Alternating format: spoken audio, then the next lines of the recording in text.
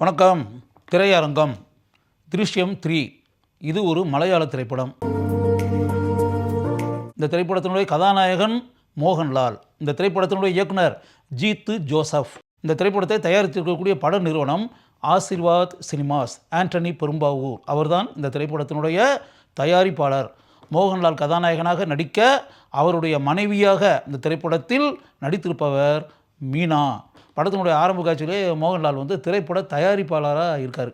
திருஷ்யம் அப்படின்ற பேரில் அவர் ஒரு படத்தை தயாரிக்கிறார். அந்த திரைப்படத்தினுடைய கதாநாயகன் பிஜு மேனன். அந்த திரைப்படம் திரைக்கு வெற்றி படமாக அமைகிறது. அந்த திரையரங்குக்கு வந்துட்டு மோகன்லால் திரும்பி வரும்போது ஒரு லேடி ஜேர்னலிஸ்ட் மோகன்லால்கிட்ட இன்டர்வியூ கேட்குறாங்க. இந்த படத்தினுடைய கதை உங்கள் குடும்பத்தில் நடந்த விஷயங்களை மையமாக வச்சு எடுத்துருக்கு அப்படின்ற மாதிரி பரவலாக டாக் இருக்கு, அது உண்மையான்னு சொல்லி. உடனே மோகன்லால் சொல்கிறாரு, என் குடும்பத்தில் இதே மாதிரி சில சம்பவங்கள் நடந்திருக்கு. அதுக்கு பிறகு என்னுடைய கற்பனைகளில் பல காட்சிகளை உருவாக்கி இந்த திரைப்படத்தினுடைய கதையை உருவாக்கியிருக்கு அப்படின்ற மாதிரி சொல்லிட்டு மோகன்லால் போயிடுறாரு. அதுக்கு பிறகு அந்த லேடி ஜேர்னலிஸ்ட்டு என்ன பண்ணுறாங்க அப்படின்னா, பல இடங்களில் போய் விசாரித்து காவல்துறை அதிகாரிகள் எல்லாம் சந்தித்து அது க்ளோஸ்டு மேட்டர், அது க்ளோஸ் பண்ணப்பட்ட மேட்டர் கிடையாது, அதுக்கு பின்னாடி இன்னும் கூட பல மர்மங்கள் இருக்கின்றன, அப்போ கண்டுபிடிக்க முடியாமல் போயாச்சு, ஆனால் அந்த சம்பவங்களில் ஈடுபட்ட பல மனிதர்கள் இப்போவும் உயிரோடு தான் இருக்கிறாங்க அப்படின்ற மாதிரி அந்த லேடி ஜேர்னலிஸ்ட்டு காவல்துறை அதிகாரிகளிடம் போய் கூறி, அதற்கு பிறகு பல மனிதர்களை பல பெண்களை சந்தித்து இது விஷயமாக விசாரித்து அப்படின்ற ஒரு விஷயம் போயிட்டு இருக்கும்போது ஜார்ஜ் குட்டி கதாபாத்திரத்தில் வரக்கூடிய மோகன்லாலுக்கு இந்த விஷயம் எல்லாமே தெரிஞ்சிருது. அதாவது இந்த மேட்டர் ஏற்கனவே க்ளோஸ்ட் அப்படின்ற மாதிரி நம்ம நினச்சோம். இத்தனை ஆண்டுகளுக்கு பிறகு மறுபடி தூசி தட்டி எப்படியாவது நம்முடைய குடும்பத்தை இதில் சிக்க வைக்கணும் அப்படின்றக்காக சதி வேலைகள் நடைபெற்று கொண்டு இருக்கின்றன அப்படின்றது மோகன்லாலுக்கு தெரிஞ்சிருது.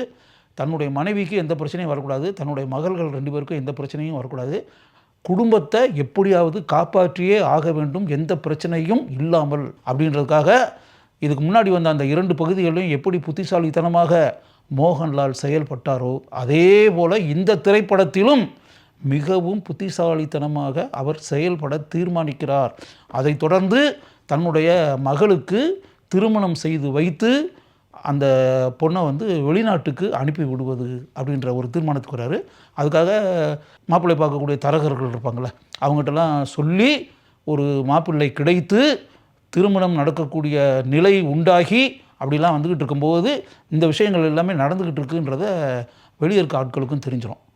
தன்னுடைய மகளை திருமணம் செஞ்சு வெளிநாட்டுக்கு அனுப்பி விட்டு இந்த விஷயத்தை க்ளோஸ் பண்ணி அப்படின்ற தீர்மானத்தில் ஜார்ஜ் குட்டி செயல்பட்டுக்கிட்டு இருக்காரு அப்படின்றது மட்டும் தெரியுது. இதையெல்லாம் தாண்டி அந்த பெண்ணுக்கு திருமணம் நடந்து விடுகிறது. திருமணம் நடந்த பிறகு தான் பல திடுக்கிடும் சம்பவங்கள் நமக்கு காட்டப்படுகின்றன.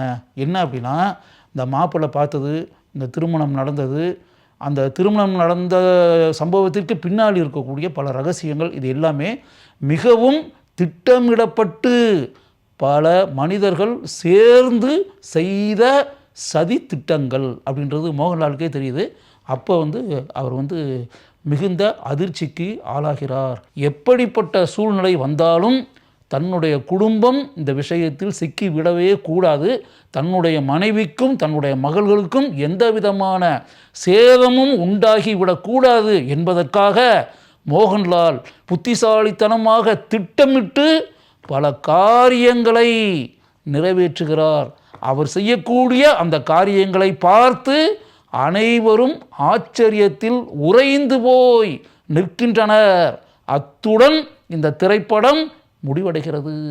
ஜார்ஜ் குட்டி கதாபாத்திரத்தில் மோகன்லால் அந்த கதாபாத்திரமாகவே வாழ்ந்திருக்கிறார். தன் குடும்பத்தை காப்பாற்ற வேண்டும் என்பதற்காக அந்த குடும்பத்தின் தந்தையாக வரக்கூடிய மோகன்லால் எந்த அளவிற்கு கஷ்டப்படுகிறார், படாத பாடு படுகிறார் என்பதை பார்க்கும்போது அந்த கதாபாத்திரத்தின் மீது நமக்கு அளவற்ற மதிப்பும் மரியாதையும் உண்டாகிறது. நம்முடைய உள்ளங்களில் படத்தை பார்த்துவிட்டு வெளியே வந்த பிறகும் உயிர்ப்புடன் மோகன்லால் கம்பீரமாக வாழ்ந்து கொண்டிருக்கிறார் என்பதுதான் உண்மை. மோகன்லாலுடைய மனைவி ராணி கதாபாத்திரத்தில் மீனா மிகவும் இயல்பாக நடித்திருக்கிறார். மோகன்லாலுடைய மகள் அஞ்சு கதாபாத்திரத்தில் நடித்திருப்பவர் அன்சிபா ஹாசன். படம் முழுக்க வரக்கூடிய இந்த கதாபாத்திரத்தில் அவர் மிகவும் அருமையாக நடித்திருக்கிறார். மோகன்லாலின் இன்னொரு மகளான அனில் கதாபாத்திரத்தில் நடித்திருப்பவர் எஸ்தர் அனில். படம் முழுக்க வரக்கூடிய அந்த கதாபாத்திரத்தில் இவர் தன்னுடைய அருமையான நடிப்பை வெளிப்படுத்தி அந்த கதாபாத்திரத்திற்கு பெருமையை சேர்த்திருக்கிறார். மோகன்லாலை சுற்றி பல சதி செயல்களை திட்டமிட்டு நிறைவேற்றும் பிரபாகர் கதாபாத்திரத்தில் நடித்திருப்பவர் சித்திக். அவருடைய பண்பட்ட நடிப்பை அவர் வரக்கூடிய அனைத்து காட்சிகளிலும் நம்மால் உணர முடிகிறது. ஜேர்னலிஸ்ட் யாமினி கதாபாத்திரத்தில் நடித்திருப்பவர் வீணா நந்தகுமார். இந்த திரைப்படத்தினுடைய கதையோட்டத்திற்கு பெரிய அளவில் உதவக்கூடிய கதாபாத்திரம் அது. அந்த கதாபாத்திரத்திற்கு தன்னுடைய மிகச்சிறந்த நடிப்பால் பெருமையை உண்டாக்கி இருக்கிறார் வீணா. படம் முழுக்க வரக்கூடிய சகாதேவன் என்ற கதாபாத்திரத்தில் நடித்திருப்பவர் கலாபவன் ஷாஜான். அவர் இந்த கதாபாத்திரத்திற்கு கச்சிதமாக பொருந்தி இருக்கிறார். அவர் வரக்கூடிய காட்சிகளில் நமக்கு இனம் புரியாத திகில் உணர்வு உண்டாகிறது. பிரசாந்த் மாதவ் இவர்தான் படம் முழுக்க வரக்கூடிய திருமண புரோக்கர் கதாபாத்திரத்தில் நடித்திருப்பவர். படத்தினுடைய கதைக்கு மிகவும் முக்கிய பங்கு வகிக்கக்கூடிய கதாபாத்திரம் அது. இந்த கதாபாத்திரத்திற்கு தன்னுடைய இயல்பான நடிப்பை இவர் வெளிப்படுத்தி இருக்கிறார். தாமஸ் பாஸ்டின் என்ற IPS அதிகாரி கதாபாத்திரத்தில் நடித்திருப்பவர் முரளி கோபி. அந்த கதாபாத்திரத்திற்கு எந்த அளவிற்கு தன்னுடைய மிடுக்கான நடிப்பால் சிறப்பை உண்டாக்க வேண்டுமோ அதை முரளி கோபி நன்கு செய்திருக்கிறார். அட்வொகேட் ரேணுகா கதாபாத்திரத்தில் நடித்திருப்பவர் சாந்தி மாயாதேவி. மிகவும் கனமான கதாபாத்திரம். அந்த கதாபாத்திரத்திற்கு தன்னுடைய மிகச்சிறந்த நடிப்பால் பெருமையை உண்டாக்கி இருக்கிறார் இவர். DSP பிலிப் மேத்யூ கதாபாத்திரத்தில் நடித்திருப்பவர் KB கணேஷ்குமார். படத்தினுடைய ஆரம்ப காட்சிகளில் ஹரிசங்கர் என்ற நடிகர் கதாபாத்திரத்தில் பிஜு மேனன் நடித்திருக்கிறார். அவருடைய சிறந்த நடிப்பை அவர் வரக்கூடிய காட்சிகளில் நாம் பார்க்கிறோம். சதீஷ் குரூப் இவர்தான் இந்த திரைப்படத்தினுடைய ஒளிப்பதிவாளர். இரவு நேர காட்சிகள் நிறைய இருக்கக்கூடிய திரைப்படம் இது. கிரைம் பாணியில் அமைந்திருக்கக்கூடிய இந்த திரைப்படத்திற்கு ஒரு ஒளிப்பதிவாளர் எந்த அளவிற்கு அருமையான பங்களிப்பை செலுத்த வேண்டுமோ அதை இந்த சினிமாட்டோகிராஃபர் நன்கு செய்திருக்கிறார். VS விநாயக் இவர்தான் இந்த திரைப்படத்தினுடைய படத்தொகுப்பாளர். 2 மணி நேரம் 40 நிமிடங்கள் ஓடக்கூடிய இந்த திரைப்படம் சிறிது கூட போரடிக்காமல் இருக்கிறது என்பதிலிருந்தே இந்த படத்தொகுப்பாளருடைய பங்களிப்பு எந்த அளவிற்கு அருமையாக இருக்கிறது என்பதை நாம் புரிந்து கொள்ளலாம். அனில் ஜான்சன் இவர்தான் இந்த திரைப்படத்தினுடைய இசையமைப்பாளர். இவருடைய பின்னணி இசை இந்த திரைப்படத்தின் கதையோட்டத்திற்கு ஏற்றாற்போல மிகவும் சிறப்பாக இருக்கிறது.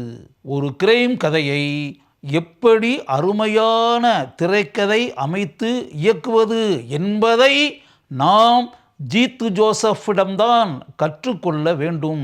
திருஷ்யம் 3 திரைப்படத்தை பாராட்டக்கூடிய அளவிற்கு மிகவும் சிறப்பாக ஜீத்து ஜோசப் இயக்கியிருக்கிறார்.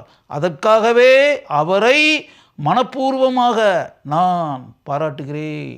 மோகன்லால் கதாநாயகனாக நடிக்க ஜீத்து ஜோசப் இயக்கி இருக்கக்கூடிய திருஷ்யம் 3 என்ற திரைப்படத்தை அவசியம் நீங்கள் பாருங்கள். உங்களுக்கு அந்த திரைப்படம் நிச்சயம் பிடிக்கும்.